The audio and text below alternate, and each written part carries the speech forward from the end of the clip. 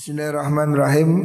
Inna min haqqil waladi ala walidihi ayyu'allimahul kitabah wa ayyuhsina ismah wa ayyuzawwijahu idha balagha. Hadis riwayat Imam Ibnu Najjar. Inna min haqqil waladi istawutu setuhune iku setengah sangking haki anak. Ala walidihi wajib ing atase wong tuane walad. Hak anak yang wajib atas orang tua. Ayu alimahul kitabah. Yang pertama ayu alimahu yen to mulangi sinten al walid hu ing walad al kitabata ing nulis. Jadi yang pertama orang tua ini harus mengajari anaknya keterampilan menulis ya. Cara hari ini ya ilmu apa? Ya ilmu baca tulis itu. Jadi anak-anak ini jangan sampai buta huruf ya. Harus ada keterampilan baca tulis. Artinya kalau konteks hari ini anak-anak kita ini harus sekolah ya. Anak-anak kita jangan sampai tidak sekolah. Jadi wajib bagi orang tua untuk berusaha mengajari anaknya belajar ilmu baca tulis ya. Yang kedua wa ayyuhsina ismahu. Wa ayyuhsina lan yen to bagusi sapa wong sapa walid ismahu ing jenenge walad. Yang kedua beri nama anak yang baik ya. Jangan beri nama anaknya bondet umpamanya, bencong atau apa ya. Berilah nama anak yang baik ya.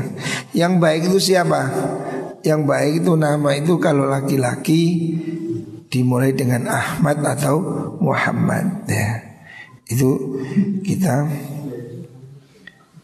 mengharapkan apa tabarruk dari nama Rasulullah sallallahu alaihi wasallam. Atau kalau tidak Ahmad Muhammad, berilah nama anak kita itu yang berawalan Abdun seperti Abdullah, Abdul Qadir ya. Yang menunjukkan arti penghambaan kepada Allah ya. Abdus Salam, Abdul Rahman, Abdul Azim ya. Itu nama-nama yang bagus ya. Ayyuhsina ismah. Yang ketiga wa ayyuzawwijahu idza balagha. Wa ayyuzawwijahu lan yento ngrabeaken sapa walid ing walad idza balagha nalikane wis balik wis temeka mangsane ya. Orang tua ini juga punya kewajiban untuk menikahkan. Kalau anaknya perempuan ya harus dinikahkan. Jadi bagian dari kewajiban orang tua mencarikan jodoh anaknya ya. Jangan anaknya suruh nyari jodoh sendiri. Nanti keliru. Arek pondok keliru, arek pang bawahnya. Jangan cari sendiri. Sebaiknya orang tua ini mencarikan jodoh untuk anaknya. Carikan orang yang soleh. Sebab anak ini mungkin belum tahu kriteria laki-laki yang baik ya. Deloknya cuma di Facebook, gambare kayak tentara, padahal gadungan. Banyak ini kuli bangunan ngakunya dokter, bakul bakso makune polisi ya. Jangan sampai anak-anak kita ini salah pilih jodoh ya, salah pilih pasangan hidup. Makanya Rasulullah SAW memberikan arahan 3 hal ya. Wajiban orang tua pada anaknya ya. Artinya ini harus dilakukan semua orang tua. Yang pertama apa? Hendaknya memberi dia keterampilan baca tulis. Orang tua harus tanggung jawab pada pendidikan anak. Yang kedua wa ayyuhsina ismah. beri nama yang baik, karena nama ini bagian dari doa ya. Kalau namanya Cuwelek, kan orang dipanggil welek toh. Coba jenenge Cikrak, loh kan welek toh. Cikrak kan wadah telek ya. Jadi jangan beri nama yang tidak bagus ya. Itu termasuk tidak adab ya. Termasuk bapak ya, kakek ya, orang yang mengajarkan apa, yang walinya dia ya. Kenapa penting belajar baca tulis? Karena ini kan keterampilan hidup ya. Orang kalau bisa baca tulis kan bisa bisnis, bisa kerja ya. Termasuk baca tulis ini ya, yang lebih penting baca tulis Al-Quran. Jangan sampai bisa bahasa Inggris tapi tidak bisa baca Al-Quran. Ini kewajiban orang tua ya, mengajari anak keterampilan baca tulis, terutama baca Al-Quran ya, baca hadis ya, dan selanjutnya ilmu-ilmu yang lainnya. Hendaknya mengajari adab ya, yang penting itu. Terus inna minas sunnah ya, yang terakhir tadi harus dicarikan jodoh ya, kalau sudah waktunya menikah. Dan sunnah hukumnya orang tua ini mencarikan jodoh anak ini, ditawar-tawarkan. Kok belum ada yang nawar ya, diiklankan. Nah, gimana ya, maksudnya carikan jodoh yang baik. Karena ini penting nih, anak dapat jodoh yang bagus itu penting. Rawahu Ibnu Najjar. Inna minas sunnati, sedunia iku setengah saking sunnah, maksudnya sunnah jalan hidup Islami. Ayah ruja yen to metu sapa rajul wong lanang ma'adhaifi sartane tamune rajul ilaba bidari maring lawangi omah ya. Sunnah dari ajaran Rasulullah SAW, hendaknya orang ini menghormati tamu. Kalau ada tamu, antarkan sampai depan pintu. Itu namanya penghormatan. Jadi kalau ada tamu, disambut, pulang, antar ke depan pintu. Nah, ini hal yang biasa dilakukan oleh Rasulullah SAW. Jadi kalau bisa ya, hal seperti ini kan enteng sebetulnya. Ngantarkan tamu pulang itu kan menyenangkan. Jangan dipilih-pilih, musuke diterno, sing melarat jarno, jangan. Sebaiknya perlakukan tamu sebaik mungkin. Arwahu Ibnu Majah. Inna min syarrin nasi, sedune iku luweh saking olo-olone menungso, manusia yang jelek. Indallahi mungguhe Gusti Allah, menurut Allah manusia yang jelek yaumal qiyamati, dalam dina kiamat, iku ar-rajulu wong lanang ya, yufdhi kang nekani sapa rajul ilam raati, maksudnya nekani niku njima ya, nekani maksudnya duduk medayo, bahasanya itu nekani, artinya melakukan hubungan seksual. Nah, maksudnya itu melakukan wik-wik. Ila mraatihi maring bojo wadone rajul ya. Terus wa tufdhi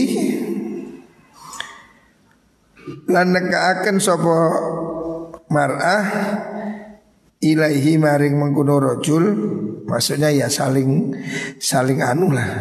Allah bahasa Al-Quran kan mengatakan waqad afdha ba'dukum ila ba'd, artinya melakukan hubungan. Hubungan kan dua-duanya tuh aktif dong. Ya bodoh lah, bodoh kesel lah. Nah, afdha ba'dukum ila ba'd ya. Al-Quran mengibaratkan begitu, hubungan suami istri. Lah yang jelek itu di mana? Summa yansuru, nuli gelar sapa rajul sirroha ing olone imro'ah, utawa olone niku wau imro'ah zaujah niku. Jadi yang tidak boleh itu apabila suami ya menceritakan adegan-adegan dengan istrinya yang nggak pantas, nah itu nah gitu loh, nggak boleh ya. Jadi tidak boleh seorang suami itu membicarakan hal yang begitu dengan orang lain ya. Jangan diomong-omongkan gitu loh. Kenapa kok begitu ininya anunya nah itu lah. Mboh apa aneh pokoknya. Menyebut kejelekannya ya, atau kekurangannya. Ketok tiba gak pate nah gitu. Atau istri juga gak boleh, sama-sama ya. Suami tidak boleh menceritakan kejelekan istri, istri juga tidak boleh menceritakan kejelekan suami. Allah mengatakan dalam Al-Quran, la yuhibbullahul jahra bis-su'i minal qawli illa man zulim. Allah tidak suka. Jangan kamu didik mengadu lebay status tidak usah. Kalau mengadu cukuplah mengadu pada Gusti Allah. Tidak usah ditulis status suamiku istriku nah. Tidak perlu dibuka aib di depan orang lain.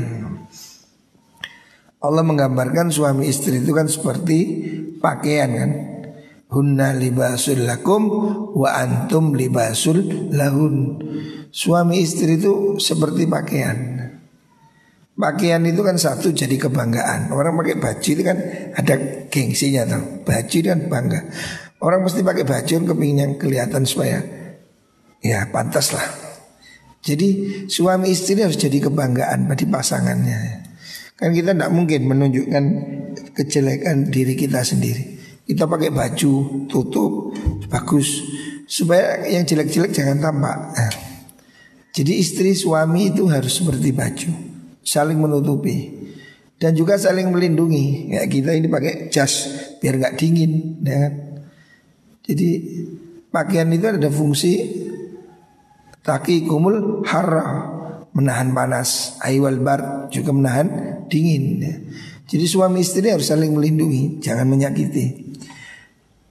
Jangan ada yang saling mengumbar kejelekannya. Jadi harus bisa jadi kebanggaan pasangannya, harus bisa menutupi kekurangannya, harus tidak menyakiti, saling melindungi. Nah, ini baju ibarat suami dan istri. Rawahu Muslim. Innallaha sunni Allah taala iku yuhibbu demen sapa Allah. Allah itu suka. Innallaha sunni Gusti Allah iku yuhibbu demen sapa Allah as-sahla ing wong kang gampang. Maksudnya as-sahla itu orang yang easy going, entengan. At-taliqa tur kang acer praupane, wajahnya bercahaya. Jadi Allah itu orang yang disukai Allah itu orang yang endengan, penaan, gampang ya. Jangan jadi berat ya. Rumus di dunia ini, sesuatu yang ringan mudah diangkat. Sesuatu yang ringan mudah diangkat, ini ringan mudah diangkat ya. Sesuatu yang ringan mudah diangkat. Manusia juga begitu. Kalau kamu jadi orang ringan ya, gampang, suka menolong, suka membantu, suka berbuat, maka kamu akan disukai orang ya. Dan ini kuncinya. Banyak orang pinter tapi tidak sukses di masyarakat. Saya punya banyak teman yang di pondoknya pinter, hafal ini, hafal itu, tapi di rumahnya tidak payu. Karena apa? Karena dia berat. Artinya tidak gampang bergaul dengan orang lain, tidak mudah menolong, tidak mau bekerja sama, sehingga dia di rumah aja. Sesuatu yang berat tidak bisa diangkat. Tapi sesuatu yang ringan mudah diangkat. Jadi kalau kamu kepingin sukses di masyarakat, jadilah ringan ya. Kalau bahasa Rasulullah SAW, yuhibbus sahal ya. Orang yang gampang Maksudnya gampang itu, enak diajak omong gitu loh. Wajahnya itu gak mencucu, menimbulkan apa. Karena ada orang itu yang kelihatan wajahnya itu gak menyenangkan, merengut, cemberut, menunjukkan apa, irungnya mbak cucu teku jejer gitu. Kayak setrika. Baduke mengkerut, mulutnya cemberut. Nah, itu kan wajah yang tidak menyenangkan. Itu tidak disukai ya. Yang bagus itu wajah yang at-taliqah. Talik itu maksudnya apa? Wajah yang al-mutahallil, wajah yang bercahaya. Al-bassam, yang banyak tersenyum. Al-mutayassir fi amri, yang urusan itu gampang. Ayo, kendeng, jaroan, ayo. Kerja bakti, ayo. Dijak apa, ayo, gitu loh. Jadi orang yang endeng, suka menolong. Kalau kamu suka menolong, pasti kamu akan ditolong. Itu rumus ya. Hidup ini balas membalas. Coba kamu lihat, pemimpin-pemimpin itu tidak terlalu pintar. Yang pintar profesor di kampus. Pemimpin-pemimpin yang sukses di desa, di mana, itu tidak terlalu pintar, tapi orang yang gampang bergaul, pintar berkomunikasi. Jadi salah satu keterampilan penting yang harus kita miliki itu keterampilan berkomunikasi. Bisa ngomong ya. Ya apa ngomong be orang tua, gimana ngomong dengan anak muda, gimana ngomong dengan siapapun. Harus tahu kondisi. Ngomong be wong tuwek ya sing genah, ojo ngomong be wong tuwek kon matamu. Wah, dikaplok wong. Kamu harus tahu, oh ini orang tua, hormati. Oh ini seimbang, oh ini sejajar, ini bawah, atas. Jadi harus ada ucapan yang pantas ya. Itu penting ya. Menaruh sikap itu penting. Orang ini kalau tidak bisa menaruh atau salah menaruh, harganya lain ya. Benda yang sama ditaruh di tempat yang tidak sama, itu menjadi lain. Emas, kamu tahu emas kan mahal. Kalau ditaruh di geletaan, dikira kuningan. Oh kuningan ya. Kalau emas 10 kilo berbentuk apa wajan, keleleran kayak kelatar, gak dicukup, walah paling kuningan. Nah, taruh cawan taruh tempat. Kalau di tempat yang tidak layak, emas pun dikira kuningan. Maka kamu harus pintar berhubungan supaya kamu itu baik ya. Kamu tahu harganya aqua itu? Aqua satu gelas. Ini bukan aqua satu gelas. Itu kalau beli di toko pinggir jalan berapa harganya? 3.000 ya. Atau aqua itu 3.000. Kalau belinya di terminal berapa? 5.000. Kalau belinya di bandara 10.000. Merek sama, pabrik yang sama, mobil yang sama. Tapi kalau belinya di hotel 22.000 ya. Tempatnya beda ya. Coca-Cola pabriknya di Pandaan, dari truk yang sama turun di pinggir jalan dijual berapa? 4.000. Terus pergi ke terminal berapa? 8.000. Naik ke bandara 15.000. Kalau di hotel gelasnya bagus, gelasnya yang kristal 40.000. Coca-Colanya sama, pabriknya sama, truknya ya sama. Apa yang membedakan? Kumpulannya tidak sama. Yang dijual di kios pinggir jalan itu sama dengan Coca-Cola yang dijual di hotel Hilton, persis. Kalengnya persis. Harganya tidak sama. Karena apa? Temannya tidak sama ya. Sama-sama kulit. Kulit yang ditaruh di terbang dikepui uang begini, prak prak prak prak prak prak. Tapi kulit yang ditaruh di Al-Quran dicium. Karena temennya Al-Quran diciumi. Sing temennya beduk digebuki ya. Maka pintarlah kamu berteman, pintarlah kamu berhubungan ya. Taruh tempatmu di tempat yang bagus supaya hidupmu berarti ya. Lah supaya kamu diterima orang di mana tempat, bahasa tubuhmu itu penting. Tubuhmu ini akan berkata siapa kamu. Orang tidak tahu kamu bisa baca kitab atau tidak, tapi penampilanmu itu orang sudah akan menilai. Kalau kamu itu bersih, senyum, wajahnya terang, orang itu langsung ketemu tek, wih, orang pintar, orang menarik, orang menyenangkan. Ketemu orang kesannya sudah kelihatan. Tapi kalau kamu itu ketemu orang itu nyelintut-nyelintut, kudu nyengit, lek manggen ngaji turuan, buri pisan, waduh. Orang itu langsung asosiasi itu ini pemalas. Langsung bahasa tubuh langsung berbicara pemalas ini, pemalas ini. Karena udah ketahuan gayanya udah, tubuhmu itu berbicara. Jadi kalau kamu itu tubuhmu itu sudah kelihatan wis gak tegas, lambine lungset, rambutnya apa, itu tubuhmu langsung berkata kepada orang walaupun kamu diam, saya pemalas, saya orang tidak berharga, saya orang yang nomor 55 gitu. Pokoknya kamu tubuhmu itu mengatakan bahwa kamu itu tidak layak dihargai.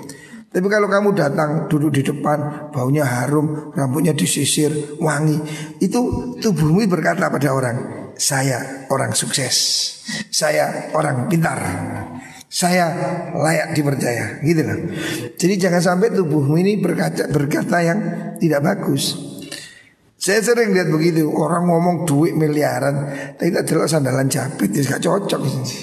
Ngomong miliaran sandalan jepit, penampilannya udah gak cocok nih, orang gak percaya. Jadi banyak orang yang tidak melihat. Saya yang saya titeni gampang, orang kaya dan miskin kelihatan dari mana. Gak usah ngomong duit piro, tak ada sepatu nih sekitar. Orang kaya sepatu ini mesti gilap, bersih ya. Kita orang suki. Jadi kamu lihat orang kaya ada wedo-wedo, gak usah kok takon duitmu piro, kesuwen dihapusi kan.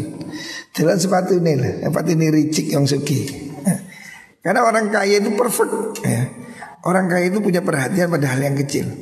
Saya lihat mobil orang kaya dan mobil orang miskin, gak usah delok mereknya, delok bani tok. Bani gilap itu yang suki. Kenapa? Bersih, dia cermin dari kepribadiannya. Orang itu perfect, baik ya. Dilihat aja. Jadi saya kalau lihat orang walaupun mobilnya itu biasa, kira mobilnya bersih, bani ricik, ini orang kaya atau pengusaha yang bagus karena dia punya perhatian pada hal yang kecil gitu. Sepatu ini bersih. Kalau mobil cukup lihat bani ricik. Maka saya kalau lihat mobil saya itu ban bersihkan. Orang itu sing didok jero nih, delok bani tok wis ketara. Oh iki montore wong ricikan wis ketara. Kalau bani ada jero ini kopro.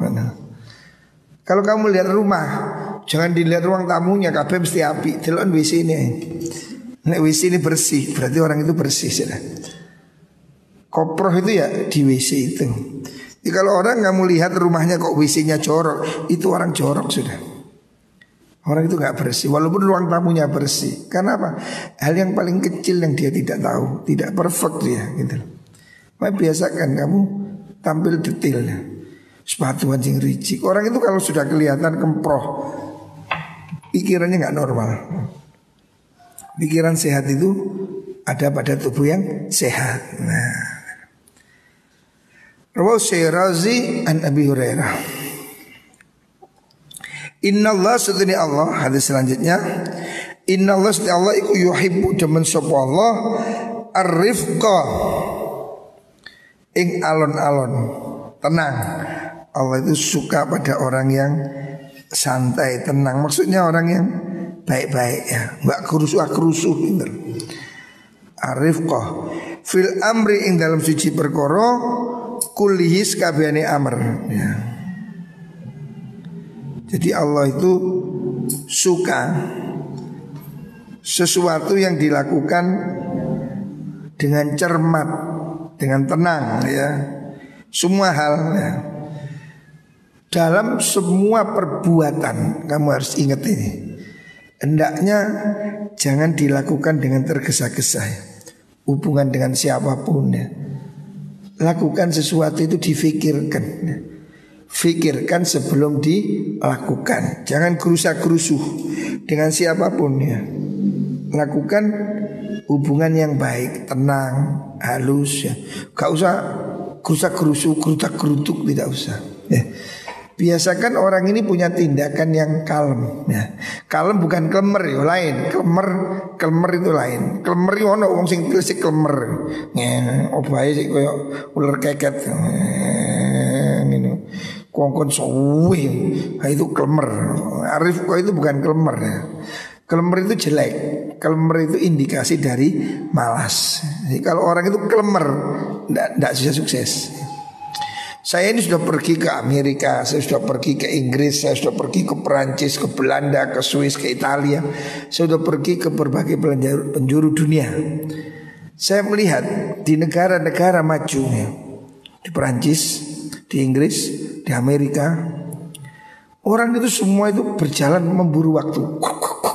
Keras. Saya kalau mau naik metro, mau naik kereta itu, waduh, seakan hari tidak ada, sudah. Waduh, tapi kalau di negeri miskin, ya mesti mungkin santai, clear, rokokan, Yaman, kayak kafe perawatan lagi wong jangkruk, ngopi ya, apa itu jenenge, ya kayak Indonesia gitu. Salah satu contoh. Gerdu itu penuh ya. Karena banyak orang ahli cangkruan. Ya karena nganggur ya cangkruan. Di Indonesia kan semua pojok ada tempat cangkruan ya. Karena mereka nggak punya kerjaan. Ataupun punya kerjaan mereka tidak sungguh-sungguh. Makanya waktunya dibuang-buang. Malam karambol, sekak, di mana-mana. Di negara miskin seperti itu. Di negara kaya tidak. Mereka lebih tepat waktu. Karena apa? Mereka pagi harus kerja, sore pulang. Pagi kerja, sore pulang. Sehingga nggak ada waktu untuk apa? Clear. Paling malam minggu mungkin mereka keluar makan malam. Tapi kalau di Indonesia kan enggak, setiap malam. Ya minggu, ya Sabtu, ya Senin, ya Selasa, gerdu selalu penuh. Nah, kopi selalu penuh. Republik kopi bukan Indonesia. Orang rokok dan kopi, surganya itu ya Indonesia ini. Masih melarat seperti ngopi, CT, ini nggak produktif ya di sini. Benging, begadang, terus isuk turu, nyambut kayak budali jam 09.00. Ya kapan sugi ini? Jadi yang bikin tidak kaya itu ya sikapnya itu ya. Sikapnya yang buat dia nggak kaya. Saya lihat di negara-negara miskin itu tempat cangkruan itu favorit. Tapi di negara-negara maju itu orang seperti memburu waktu. Kayaknya hari ini habis. Pagi sore orang jalannya aja beda.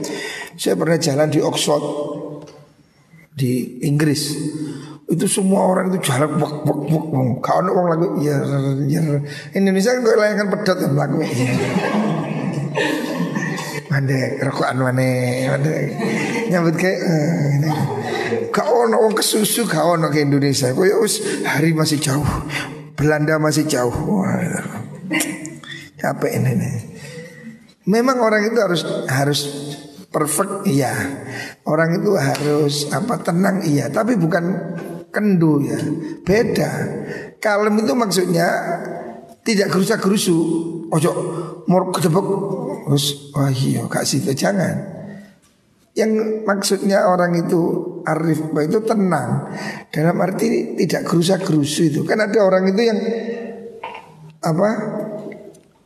tidak terukur, moro-moro begini itu. Responnya terlalu cepat. Tetapi tidak positif. Karena geruda-geruduk. Salah didik ngableng, didik gelut gitu. Nah itu jelek ya. Ngamuk, padahal gak apa-apa, cuma responnya terlalu ini. Kalau istilahnya anak kecil itu apa istilahnya?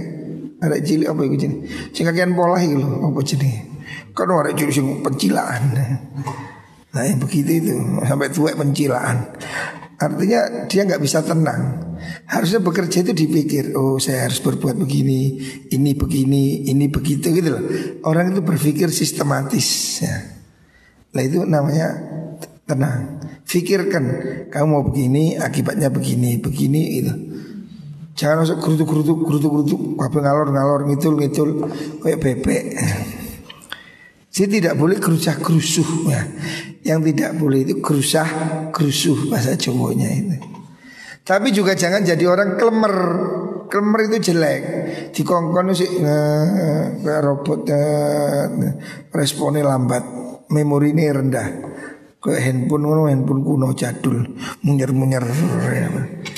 Kemana nu? Gak maju-maju ini. Itu juga jelek ya. Itu lambat, itu malas. Jadi orang itu harus cak-cak. Rawahul Bukhari. Hadis riwayat Imam Bukhari. Inna Allah sedaya Allah iku harrama ngarumaken sapa Allah. Alaikum ing atase sira kabeh. Allah mengharamkan kepada kamu semua ya. Napa? Uqukal ummahati ing nglarani pira-pira ibu. Perhatikan ya. Jangan sampai nyakiti orang tua apalagi ibu ya. Wa wa'dal banati lan mendem pira-pira anak. Wa'dal banat itu tradisi zaman jahiliyah nih lah. Orang punya anak perempuan dikubur karena malu. Hari ini juga banyak begini. Tapi dikuburnya tidak dikubur di tanah, dikubur dengan uang, dijual. Waman namanya? Waman an wahati. Waman an wahati ini istilahnya. Waman an wahati maksudnya waman an lan nyegah, wahati lan jaluk-jaluk ya. Waman an artinya itu yang dimaksud adalah man'ul wajibat ya, waman an artinya dia tidak melakukan sesuatu yang harusnya dilakukan ya, waman an. Wahati ya, hati itu memiliki seluruh hati. Maksudnya hati itu istilah dari minta-minta sesuatu yang tidak halal. Ahduma la yahillu min amwalin nas. Mengambil sesuatu yang tidak halal ya. Minta-minta. Ada yang mau mana itu man'an wahati itu istilah ya. Maksudnya bakhil dan ngemis itu. Man'an wahati itu. Man'an itu nyegah. Maksudnya nyegah gitu, medit itu. Tidak melakukan sesuatu yang harus dilakukan. Lah hati maksudnya itu mintaan. Nah, man'an wahati itu bakhil dan peminta-minta ya. Itu Allah mengharamkan. Jangan jadi orang bakhil dan jangan jadi peminta-minta. Wa karihalan sengit sop Allah lakum maring sira kabeh qila wa qala. Sama qila wa qala itu kakian omong. Qila jarine wa qala lan. Jadi qila wa qala itu jari-jari ini bahasa Jawa. Qila dan ucapakan wa qala lan ngucap. Maksudnya qila wa qala itu istilah. Qila wa qala itu apa? Cara bahasa Jawa itu kakean omong. Basa durane napa? Banyak colok. Banyak colok, kakean cucut. Qila wa qala.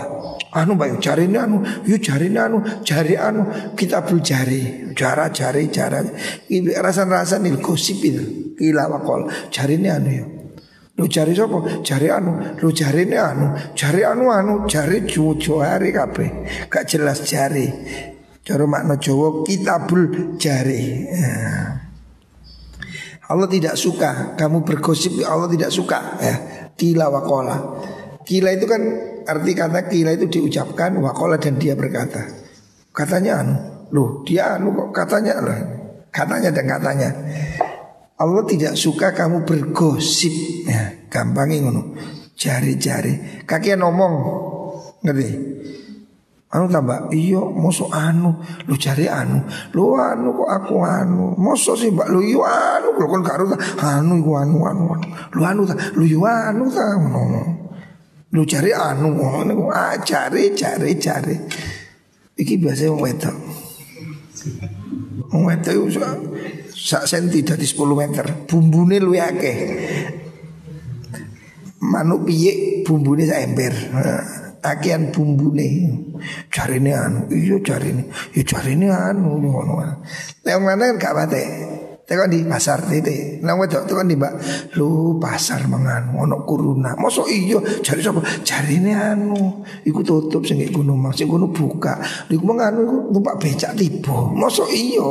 Jebus becak, jebus regane anu mundaan ya ngono ya. Waduh. Tekon ndi jawabane iso regane minyak, regane gula, becak guling. Ketabrak sepur ngono to. Repot wong wedok kon meneng angel. Susah. Wa kathratus su'ali lan akian takon. Kakian takon ya elek. Takon Bani Israil. Ya wis takon jo akeh-akeh. Ya boleh bertanya tapi jo kakian takon. Kok ngono? Lho, kok ngono? Lho, ngono.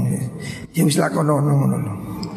Wa idha'atul mali lan niyak-niyaken bondo. Itu Allah tidak suka ya. Mubadzir lho rek. Mubadzir, boros ya. Allah tidak suka. Walaupun itu hal kecil. Saya melihat kamu itu punya kebiasaan boros. Mangan maghrib sahur gak gelem. Itu jelek. Kalau saya itu biasa begitu ya. Ibu saya itu ngajari begitu. Ibu saya bahkan kadang jangan rong dino dadi siji. Jangan wingi, jangan saya gitu campur. Niku napa Bu? Jangan podo moro, sering podo moro. Belendrang. Ada iki coba asal dibuang. Lihat dapur itu sering buat makan. Jelek, saya mesti marah itu. Kamu jangan belajar boros. Kamu tidak bisa jadi orang kaya. Jadi menyanyiakan harta itu tidak boleh. Saya melihat kamu sering tak lihat di dapur itu. Masakan kemarin tidak dimakan. Masakan tadi malam pagi sudah nggak dimakan. Nasi tadi malam besok sudah dibuang. Itu tidak boleh. Ibu saya dulu tidak pernah kayak gitu. Ibu saya itu kalau malam hari nasi nggak habis itu saya masih ingat di dang mana di emplok-emplok atau di emplok-emplok. Terus itu ditumbuk itu terus diiris-iris jadikan kerupuk gitu. Kalau nggak gitu besok pagi nasi itu digoreng. Saya melihat di dapur saya itu anak-anak pondok ini sebosane awakmu kabeh iku. Isu njaluk sego hangat, sego wingi dibuang. Wes. Itu buruk sekali ya. Kamu kalau biasa buang-buang seperti gak bisa kaya. Itu sudah ujar-ujare wong tua biyen. Ibu saya selalu bilang begitu. Ojo buak sego, gare gak iso sugih. Tidak pernah nasi dibuat itu. Tapi di rumah ini saya masih sering lihat di dapur itu nasi dibuat itu. Makanya saya marah. Bukan apa, kebiasaan itu buruk gitu. Saya kalau kamu habiskan tidak apa-apa. Tapi kalau kamu buang saya pasti marah. Karena itu apa? Mindset yang jelek. Buat itu tidak boleh. Allah juga tidak suka ya. Di sini kata Rasulullah SAW, Allah itu tidak suka kamu banyak omong, kakian cocot. Yang kedua banyak bertanya, nyerengkel. Yang ketiga menyia-nyiakan harta. Itu 3 hal yang tidak disukai oleh Gusti Allah. Makanya jangan dilakukan. Saya kan sering nengok ke dapur itu. Kuah kemarin gak dimakan. Setiap makan minta kuah baru. Apa kamu? Saya ini dulu ikut Gus Maksum. Saya pernah suatu saat di gunung, di namanya Gunung Pakung gitu. Saya kan kalau malam Jumat itu pergi gunung. Pergi gunung, nginep di gunung karena pagi hari kita kerja. Jadi saya kerja di kebun. Kebunnya jauh, di Gunung Pakung. Dari Lirboyo kira-kira 8 kilo. Naik apa? Ya naik pickup, gandol, kadang juga jalan kaki. Pernah jalan kaki? Gak ada. Kan kalau naik ke atas itu tidak ada Mikrolet, adanya itu Chevrolet pickup. Suatu saat tidak ada Chevrolet ya jalan kaki. Ya, sini ke Sudimoro kira-kira jauh. Jadi kalau pergi itu bawa nasi, pikul konco-konco. Karena besok pagi kita kerja di kebun itu di gunung, Yes. Pagi hari Besoknya siang nasi kemarin, besok siang itu kan masih ada. Terus nasi datang, nggak boleh sama Gus Maksum makan nasi yang baru itu. Nasi yang kemarin suruh makan. Saya bilang, mampu Gus, kok ini kuanyanya dimakan, nggak boleh. Jadi ada nasi baru, saya disuruh makan nasi kemarin. Artinya bukan dia pelit, tapi mengajari saya nggak boleh buang nasi itu. Jadi waktu itu sampai anak-anak nggak ada yang mau makan kan, nasi kemarin nggak dimakan. Ya memang rodok jemek ya, gak mampu nemen, jemek didik lah. Ya nasi kemarin kan biasa. Hari itu ada kiriman datang. Gus Maksum bilang nggak boleh makan, makan yang nasi kemarin. Jokowi makan. Waduh, tak lihat anak-anak gak ada yang mau makan. Terus Gus Maksum itu saking, ini bukan dia pelit, bukan, saya percaya enggak. Karena ngajari kita, jangan jadi boros. Apa katanya Gus Maksum? Saya bilang, Gus, lari-lari buatan makan. Waran, sing gelem mangan tak kei ijazah. Oh. Ijazah apa Gus sakarpe? Mapa, nggih, yo. Tak golek ya ini mangan. Golek gelem mangan itu kei ijazah. Masuk iya ayo makan apa? Gelem arek. Oh, golek kei ijazah gelem mangan kabeh. Aku mangan didik. Wes terus sampun, wis entek sampun mangan. Nggih, sedidik. Tapi kabeh mangan. Itu yang saya ingat. Artinya dia sedang mengajari kita. Jangan jadi anyi-anyi gitu. Sego wingi ya setengah mampu ya wis rada ayam ya. Ono sego anyar, ndak boleh dimakan sama Gus Maksum. Suruh makan nasi kemarin. Lah saiki tak delok ke dapur iku setiap pagi nasi kemarin sering dibuang. Saya mesti marah itu. Karena kamu punya mental jelek kalau kamu suka buang. Mestinya kan kamu goreng ya. Nasi kemarin digoreng. Jangan kamu hanya minta yang baru. Itu kebiasaan buruk. Kalau kamu boros, miskin pun boros gitu. Orang itu boros itu sikap mental. Maka kenapa saya itu kalau ke dapur berarti saya marahi kamu. Itu nasi dibuang, itu jangan wingi dibuang. Saya mesti tidak mau. Kenapa? Ajaran ibu saya tidak boleh begitu. Ibu saya itu jangan 2 hari si ono. Ini sampai jangan wingi menit dari siji. Istilah ibuku apa nih bu? Jangan podo moro. Sing wingi sing saiki dicampur. Coba kamu, gak pernah tak lihat di rumah saya ini jangan wingi sore, isuk dibuang gaya anyar. Isuk mangan sore ganti mana? Kon kok koyo direktur BCA mangan murah. Heran saya itu. Itu yang membuat kamu gak bisa jadi kaya. Ya, jadi kamu harus mulai merubah mentalmu. Jangan jadi boros. Jangan jadi boros. Saya ini mewarisi pendidikan orang tua saya. Ibu saya itu tidak pernah buang nasi, tidak pernah buang kuah, tidak pernah buang. Mesti kalau enggak ya diberikan orang, jangan dibuang. Ayah saya itu kalau malam hari sisa nasi, sisa makanan, panggilkan anak pondok, panggil, kasihkan.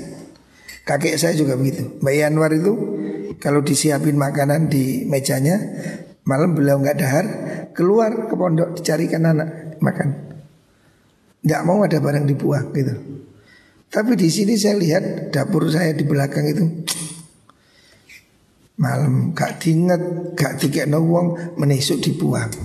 Isuk masak ngene, sore masak ngono. Iya, tidak nono ae lek kon gak suke besok kate mangan opo kon. Kate jangan sandal apa kon. Itu sih buruk sekali itu. Saya melihat kamu belum kaya sudah boros ya. Saya aja nggak mau gitu tuh ya. Bukan saya nggak mampu, sangat mampu. Tapi saya nggak mau. Karena apa? Itu kebiasaan buruk. Saya masih ingat ayah saya dulu di pondok sini ini ada orang namanya Mbari. Allahumma. Itu mondok mulai zaman Jepang di sini di pondoknya kakek saya itu. Sampai meninggal tahun 90-an mungkin. Itu pekerja giat. Setiap hari macul, pagi macul, rajin ibadah. Zuhur pulang jamaah, habis zuhur pergi lagi macul, sore pulang setiap hari. Dan itu sampai tua, sampai mati. Sampai menikah di selatan pondok situ, punya anak. Tapi tinggal di pondok, tidur di pondok, santri abadi itu. Suatu saat sore-sore pulang dari sawah, macul, setiap sore datang mesti mikul macul dari sawah. Itu yang nangani kebunnya kakek saya. Kata ya saya masih ingat saya masih kecil. saya bilang, "Telon mbari wis sampai tuwek nyambut gawe soro gawe iso sugih." Kenapa? Saya bilang, "Lawung nyambut gawe ini macul mangane nang warung." Itu saya ingat, makanya saya nggak suka ke warung. Kalau tidak karena terpaksa saya nggak ke warung. Di rumah saya nggak, makan seono. Ini beberapa hari ini dikirimin, kan saya nggak pernah beli itu. Pak Jimmy yang ngirimi apa makan, saya nggak pernah beli. Karena bagi saya cukup yang ada itu. Itu yang teringat bagi saya dari ayah saya itu begitu. Opo mbariu sampai tua kayak Sosuke. Lalu nyambut kayak ini macul mangane nang warung. Waktu itu di pondok masih anak pondok itu ngeliwat. Masa sekarang nggak suka lihat anak sering ke warung. Saya sangat tidak suka. Karena apa? Berarti kamu tidak punya visi masa depan. Harusnya duit itu daripada buat ke warung, kan lebih ditabung. Tabung buat beli kambing, ditabung buat beli apa, tabung. Pokoknya orang itu kalau sudah hidupnya boros, makannya di warung ya, pokoknya hari-hari rokokan, sulit jadi bisa kaya kamu. Makanya ini jangan dibiasakan ya. Buang-buang harta itu jeleknya. Mangan nyanyi-nyanyi itu elek gitu. Saya lihat ini kebiasaan. Dan ini kebiasaan orang miskin. Orang kaya tidak begitu. Saya punya banyak teman orang kaya gak nyanyi ngono. Orangnya gengsi dengan makan. Bisa orang miskin. Saya melihat teman saya masih naik sepeda motor, berasnya harus mentari. Mesti belanja ke pasar beras mentari. Beras mentari itu kan beras yang bagus loh. Pernah satu saat saya tanya, "Apa Pak?" "Mau ke tuku." "Beli apa?" "Beras mentari." Tak pikir rumah saya tidak pernah beli beras mentari. Pernah kamu lihat di rumah saya pakai beras mentari? Tidak pernah. Apa saya nggak kuat beli? Mungkin sak gudang-gudangnya saya bisa beli. Bukan hanya berasnya, mungkin sak gudangnya, sak truknya saya kuat mampu. Bisa saya bayar semua itu. Tapi saya nggak mau. Untuk apa sih? Makan segocap melon cukup kok. Masih mesti mentari. Tapi ada orang yang begitu itu. Masih kelas 2 sepeda motor berasik kudu mentari. Pada suatu saat itu tak gudai. Kenapa Pak komentari? "Anu Gus, kalau nggak mentari nanti di Magicom itu kuning." Batin gula aku yo omaku ora tahu tak delok kuning yo. Isiku sego isiku dipangan. Kenapa kok harus mentari? Ya coba. Pada kelasnya masih sepeda motor. Mobilku baru-baru anyar-anyar jejer-jejer. Saya tidak pernah beli beras mentari. Hah? Itu sikap kan, sikap hidup, gaya hidup ya. Apa saya nggak kuat beli, saya punya tukunya. Tapi saya nggak mau, itu gaya hidup boros ya. Kita ini boros, apa yang kita makan setiap hari. Maka saya bilang santri, jangan makan di warung, makan seadanya. Jangan merokok. Duitmu itu kumpulkan, kamu harus punya visi masa depan. Duit dikumpulkan, dicelengi, kayak tuku wedus. Saya ini pulang dari pondok, punya 4 ekor kambing. Hasil saya nyelengi. Tak kumpulin, tak belikan kambing gitu. Kamu harus punya visi masa depan. Orang itu kalau hemat, miskin pun hemat. Tapi orang itu kalau boros, miskin pun boros. Tak delok lho. Is contoh arek omak iki lho, ono sing wis gawe iPhone, bayangno. Kementel kan. Coba bayangkan, aku nggak iPhone ini selawas gak tak gantikan. Tak delok arek-arek nggak iPhone. Coba pikiran, kamu duit beli handphone mahal-mahal untuk apa? Ayo, kamu tidak punya bisnis. Kalau saya punya bisnis, saya perlu handphone bagus karena saya bisnis saya kan di internet. Saya bisnis di pasar saham, saya bisnis di pasar modal. Sehingga saya harus bekerja dengan handphone yang cepat. Karena saya mengakses berita, saya melakukan perdagangan secara online. Nah, lah kami itu loh, pengangguran ke handphone iPhone nih loh, raimu ngoco. Apa itu? Handphone Samsung apa? Ini boros, itu contoh kamu boros. Coba harga handphone 2 juta, 3 juta. Apa nggak lebih baik kamu belikan kambing? Kamu hari ini beli kambing harga 2 juta. Tahun depan kamu jual bisa laku 4 juta. Tapi kalau hari ini kamu beli handphone 2 juta, tahun depan laku berapa? Hah? 500 rek payu. Saya sebelum ini handphone saya iPhone berapa itu, beli 9 juta. Saya jual laku berapa? 500 ribu. Padahal 9 juta kan dapat 1 ekor sapi. 2 tahun kalau saya belikan sapi dapat anak pedet 2. Dibuat beli handphone, dijual laku 500 ribu. Jatuh, rusak, jual 500 ribu. Itu contoh. Saya lihat kamu jor-joran HP. Untuk apa?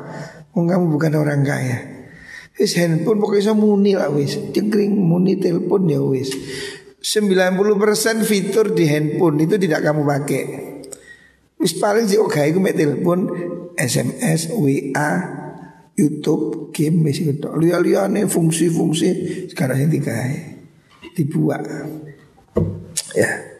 Jadi ini kamu harus mulai berpikir, jangan membuang-buang harta. Wis gak usah api-apian HP. Lek nuruti api-apian HP rek kanon teh. Wong setiap bulan keluar model baru, gak ada habisnya ya. Jadi jangan biasakan hidup boros ya. Muka-muka kita semua diberi rezeki yang berkah. Mungkin ini hari ini ngaji yang terakhir untuk mungkin kita mulai setelah hari raya. Setelah hari raya 3 hari mungkin kita ngaji lagi. Semoga semua jadi ilmu yang bermanfaat.